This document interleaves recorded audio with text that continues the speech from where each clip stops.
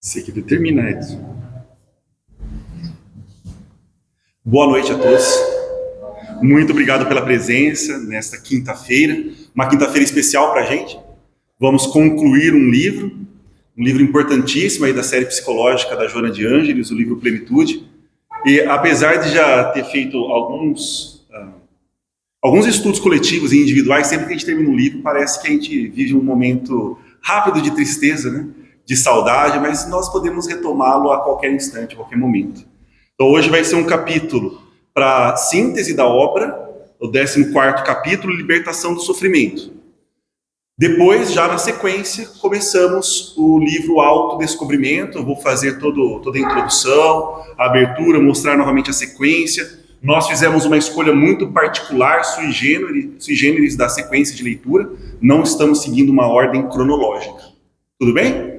Então, para começarmos, eu gostaria só de convidá-los a um minuto de silêncio, de introspecção, acerenando o pensamento, acalmando o coração, deixando de lado as vicissitudes, dificuldades do dia, as preocupações do cotidiano, para que possamos juntos elevar os nossos pensamentos ao Altíssimo, pedindo com humildade as bênçãos, a generosidade, o amparo, a proteção e, sobretudo, a lucidez, para que possamos tomar máximo proveito dessa bendita oportunidade e sairmos daqui melhores do que chegamos.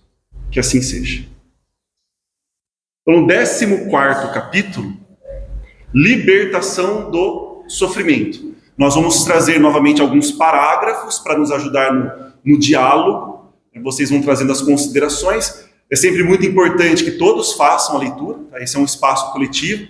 Eu unicamente estou aqui para sistematizar o processo, auxiliar na organização. Mas nós estamos fazendo uma leitura coletiva. Eu indico alguns parágrafos, faço essa escolha. Obviamente, vocês podem trazer comentários de outros parágrafos também. E assim nós vamos ampliando o nosso entendimento e fazendo associações para uma leitura mais completa. Bom, os parágrafos que eu selecionei deste capítulo são o seguinte, o primeiro slide. O sofrimento está muito relacionado com o processo de evolução espiritual. Então, esse é um ponto importante. Distinguindo a aceitação passiva, que muitas vezes é mais uma reação infantil de um melindre, vitimização, sabe, aquele momento em que estamos descontentes com a vida ou com a providência divina e nos colocamos numa posição de passividade e acreditamos que aquilo é uma aceitação virtuosa, mas não, é muito mais uma carência, uma manifestação de uma criança ferida. O que nós buscamos é uma aceitação consciente e ativa do sofrimento como um processo natural do nosso próprio desenvolvimento, da nossa evolução espiritual, que aí são as dificuldades, os obstáculos, as nossas questões pessoais, desde a infância, para ficarmos só nessa existência, né? Desde a nossa infância, adolescência, conflitos, dificuldades, relacionamento, trabalho, profissão, crises existenciais. Então nós sabemos que essas dificuldades nos acompanharão e que precisaremos enfrentá-las. Enfrentar com sabedoria, tirando delas o máximo proveito de sabedoria. A ampla sensibilidade faculta-lhe maior profundidade emocional. Por isso que eu disse que esse capítulo é uma síntese, né? Percebam que nós já falamos sobre esse tópico. Desenvolvimento da nossa sensibilidade, algo que não é muito compreendido, nem muito valorizado nos tempos atuais. Então, a questão da arte, a poesia, a música, quais são realmente os nossos gostos? Para que esses hábitos e gostos promovam uma efetiva e verdadeira sensibilidade, porque assim conseguiremos nos apropriarmos e apreciarmos o conhecimento. E aí sim ele se torna algo que a gente traz para a própria vida. Não fica uma mecanização e racionalização, uma intelectualização tão somente. A gente sente as palavras, a sabedoria, o estudo, e isso sim promove mudanças. Então aí ela continua, né, que responde pelas angústias e desagregações interiores, sem queixumes, nem acusações. Percebe? É o oposto da aceitação passiva. O padecente silencia a dor e deixa-se estraçalhar interiormente, em especial quando tomba nas aflições morais. Esse estraçalhar interior é quando a chama da vida esmaece. A gente perde um pouco do entusiasmo, deslumbramento, a vontade de agir. E aí, como nós já estudamos em um dos capítulos, esse é um caminho complicado. Porque quando você tem um mau direcionamento das suas energias, esse é um aspecto. Agora, quando você tem o arrefecimento das suas energias, trabalha um pouco mais complexo. Então, precisamos de muita atenção para as nossas reações emocionais.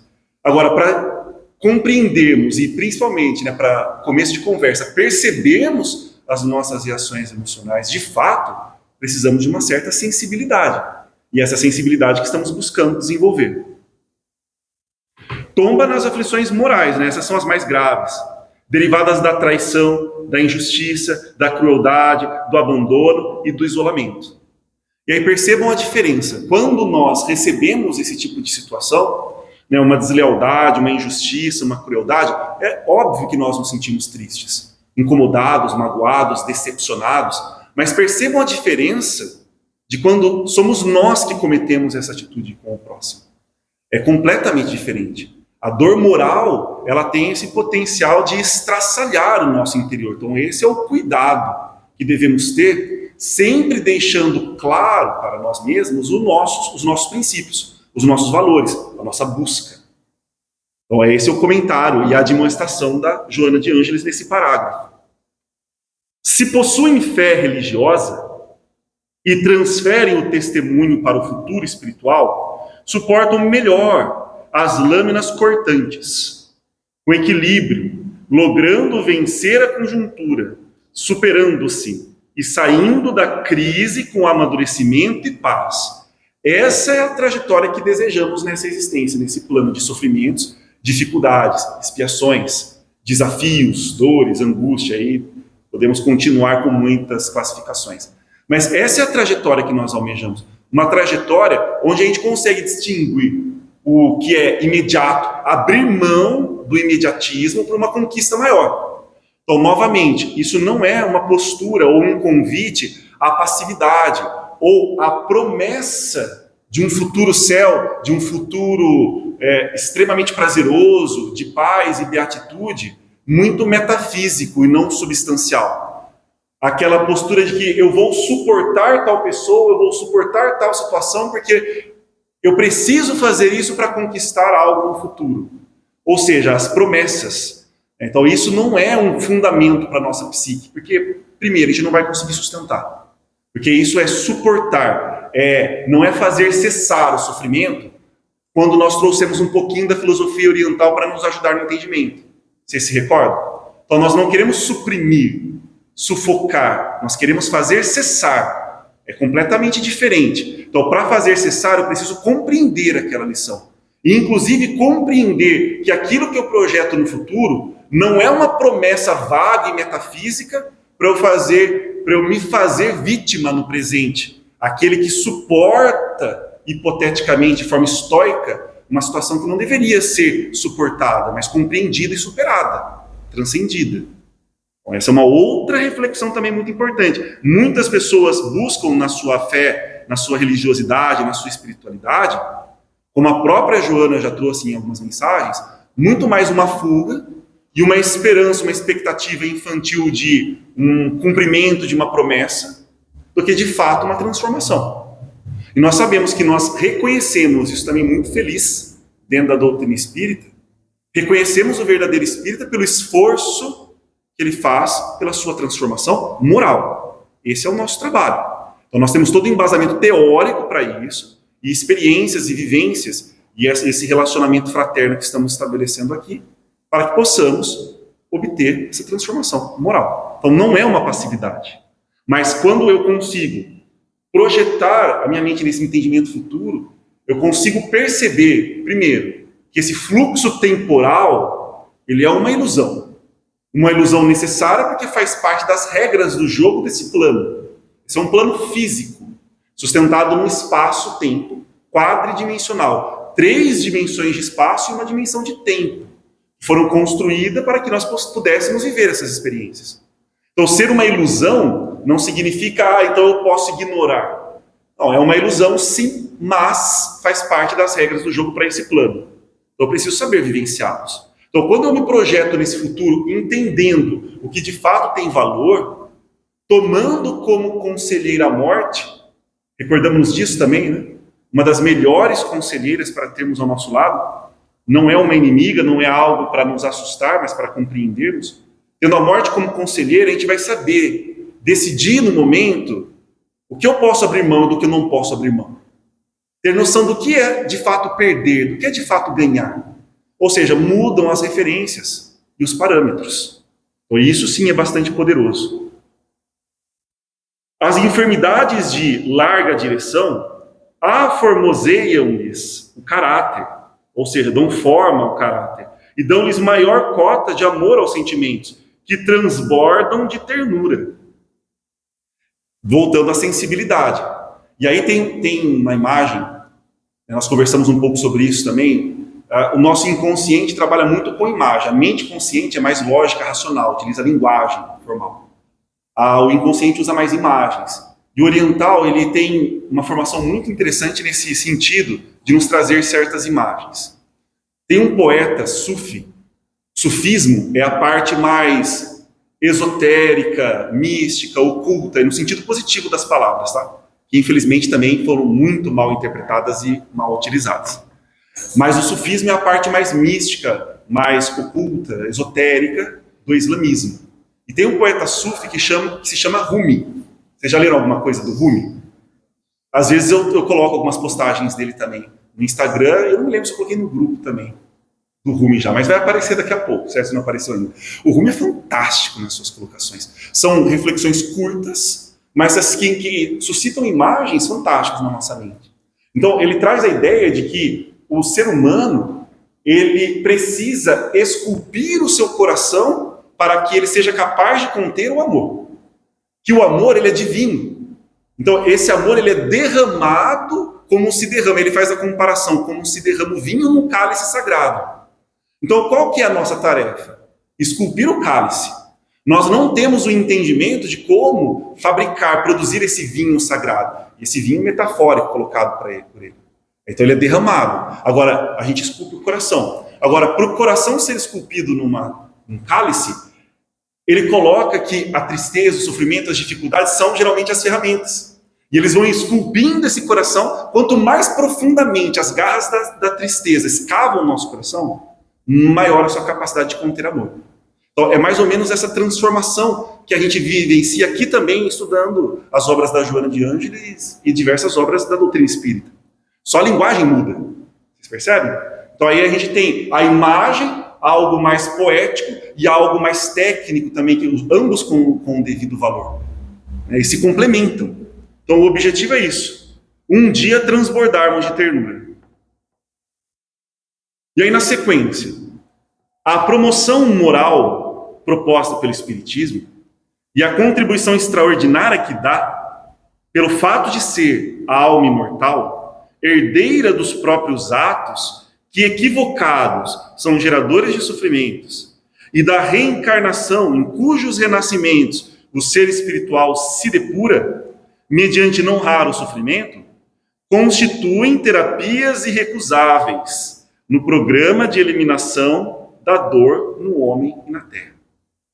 Ou seja, nós já estamos numa grande terapia chamada vida, com algumas dificuldades, mas precisamos do apoio, de reciprocidade e, sobretudo, de apoio dos grandes mestres, que nos deram seus testemunhos, deixaram um legado, nos mostram o caminho e nos ajudam nesses momentos de medo e de dificuldade, de maior dor.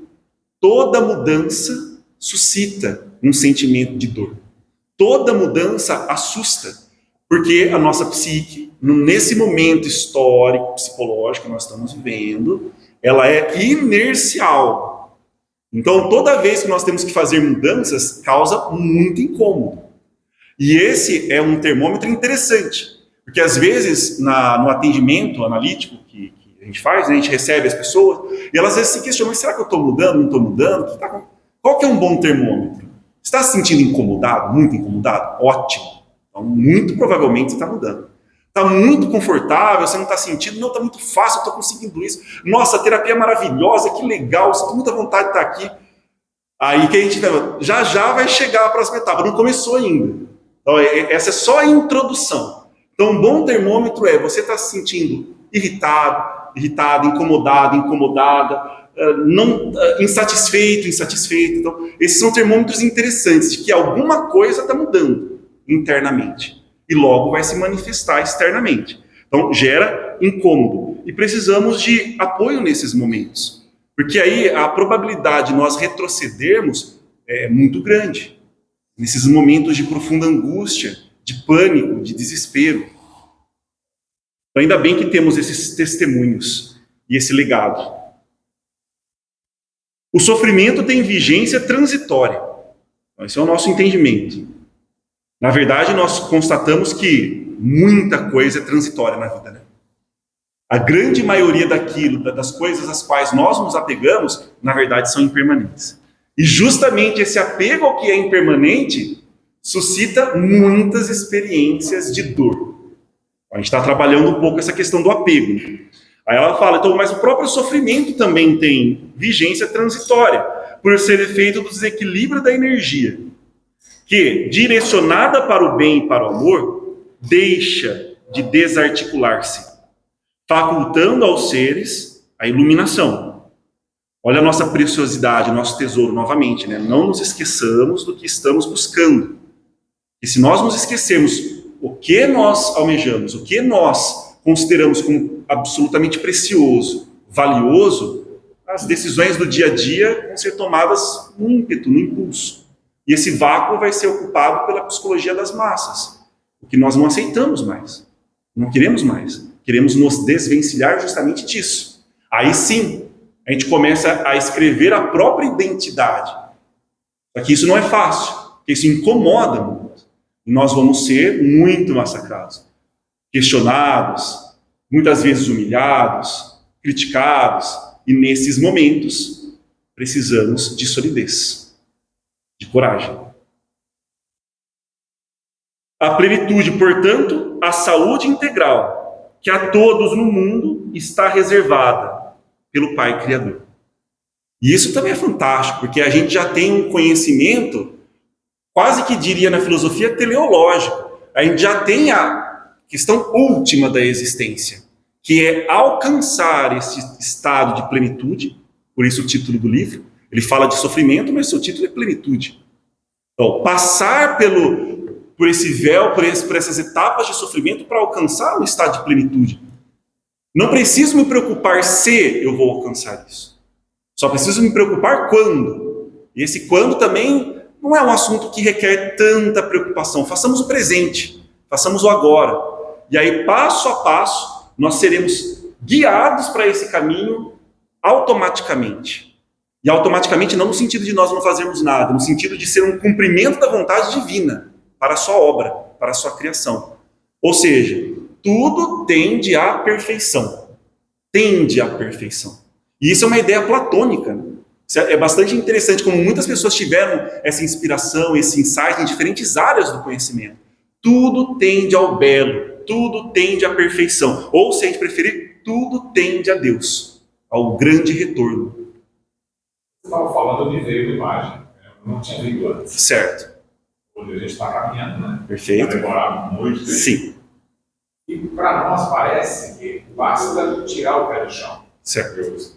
A gente tirar o pé do chão e mostra, desapegar da materialidade, entender a nossa essência espiritual. Cada vez que a gente tira o pé do chão, já existe um magnetismo divino que está nos atraindo. Exato. Então, o passo, talvez não precisa nem a gente fazer um esforço, porque o esforço é a gente tirar o pé do chão. Exatamente. E a gente é compelido a andar no passo. Exato. Mas a gente tem que tirar o outro pé do chão. Para ser compelido ao próximo passo. Nossa, a imagem é sensacional. Acho que é uma imagem que faz muito sentido. Gostei da imagem. Faz todo sentido para o processo. E a metáfora é interessante, porque justamente é desapegar-se. Só que nesse momento que meu pé não toca o chão, eu sinto medo, me amedronto. Por isso que existe um momento específico de ter uma fé. E aí nós conversamos muito sobre isso, isso é importante. A fé raciocinada é fundamental. E o aspecto que a doutrina espírita traz e Allan Kardec apresentou é impecável. Mas há um momento, e esse momento, talvez a razão não alcance ainda. E aí que a gente vai ter que fazer ainda a razão não alcançando. E aí, geralmente, as pessoas travam, assusta. Foi uma imagem muito interessante, Edson. Bom. Oi? Exato. Como nós conversamos, por isso que o sofrimento ante a morte é o que antecedeu esse capítulo, libertação do sofrimento. É uma sensação que a gente tem. E, na verdade, metaforicamente, psicologicamente, é uma morte. É uma morte do que nós somos, para algo que aí que é interessante. Por isso que a gente fala de salto da fé. Por mais que a gente entenda esse magnetismo, foi muito bem colocado, que a gente entenda esse magnetismo, a gente vai ter que entender que não sabemos de fato o que vai acontecer. Nós só temos que acreditar nesse magnetismo. Mas quem eu vou me tornar? O que vai acontecer? O que vai surgir na minha vida? E nós gostamos muito de certezas, de garantias. Por isso que em muitas das nossas orações e das nossas promessas, nós acreditamos nessa sustentação de barganha. Por quê? Porque eu preciso ter certeza do que vai acontecer antes de eu abrir mão. Não, eu vou abrir mão disso porque eu tenho certeza absoluta que vai acontecer aquilo. Aí se torna um pouquinho mais fácil. Mas em muitos momentos nós não teremos certeza alguma, a não ser a nossa confiança na providência divina. A questão é, ao invés de temer a morte, perguntar o que é a morte, realmente, porque a morte não é a ignorância. Então, na verdade, a morte ela vem como uma conselheira sábia, extremamente sábia, que vai nos dizer o que é permanente e do que é impermanente. Então, temê-la não é o mais sensato, mas é o que o nosso momento, o nosso atual estado psicológico, espiritual nos permite. Então, a gente ainda está nesse jogo de temor e deslumbramento. Temor e deslumbramento. Você pensa, por exemplo, isso é recente se a gente pensar nos bilhões de anos da história do universo. Os nossos antepassados, diante de um trovão, por exemplo, diante de um animal absolutamente desconhecido, de uma força da natureza, o que eles sentiam? Temor. Então, por isso que temor é um conceito muito importante dentro da filosofia. E quando nós começamos na religiosidade, e as pessoas conceberam a ideia de Deus, muitos falavam que o correto era sentir o quê? Temor. Então, eu sou temente a Deus. Eu temo, temor. Porque as pessoas associam esse temor a um respeito. Associam esse temor a um deslumbramento. Mas é o começo do processo. Esse temor, ele vai se sublimando e vai se sofisticando num profundo deslumbramento. Porque diante de algo extremamente poderoso, extremamente potente, uma das nossas primeiras reações é o temor. Ainda. Em Jesus Cristo, ele vem mudar toda esse conceito. Vem trazer novas percepções desse conceito. Mas aí foi o início do processo. Agora, nós conseguirmos acompanhar os ensinamentos do mestre, aí é outra história.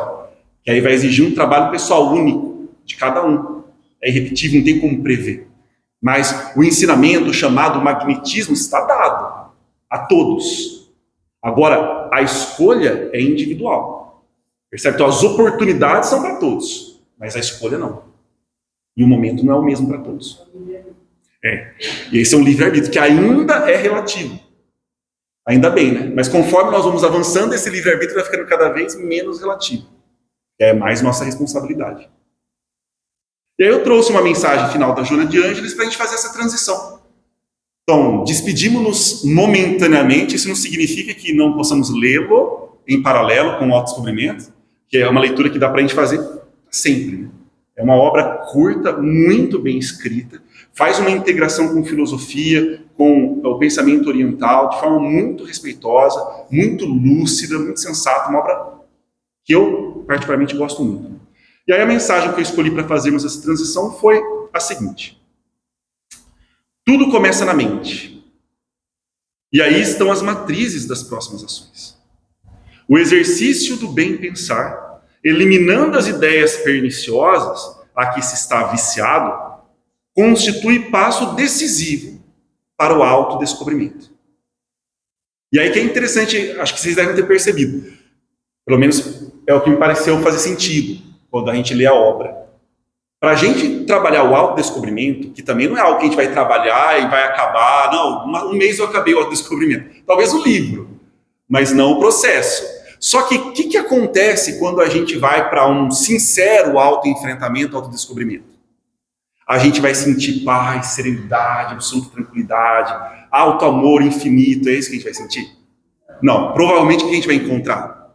Muito sofrimento, muita dor, muita tristeza, muita lamentação. É o provável da gente encontrar. Então, não me parecia sensato ir para o autodescobrimento sem antes refletirmos sobre como lidar com a experiência do sofrimento. Porque senão esse autodescobrimento vai virar novamente um exercício da moda, daquelas terapias alternativas em que eu faço isso, faço aquilo, e na verdade não promove transformação moral. Então nós não estamos aqui querendo o autodescobrimento porque é bonito, é legal, está na moda, eu vou ter sucesso, eu vou ganhar mais dinheiro, eu vou ter mais status. Não. Nós estamos buscando o autodescobrimento porque nós queremos paz interior, serenidade, plenitude, santidade. É isso que nós queremos. E aí o caminho, a gente estudou na obra Plenitude, lógico, diversas obras da doutrina, muitas filosofias, não é um caminho sem sofrimento.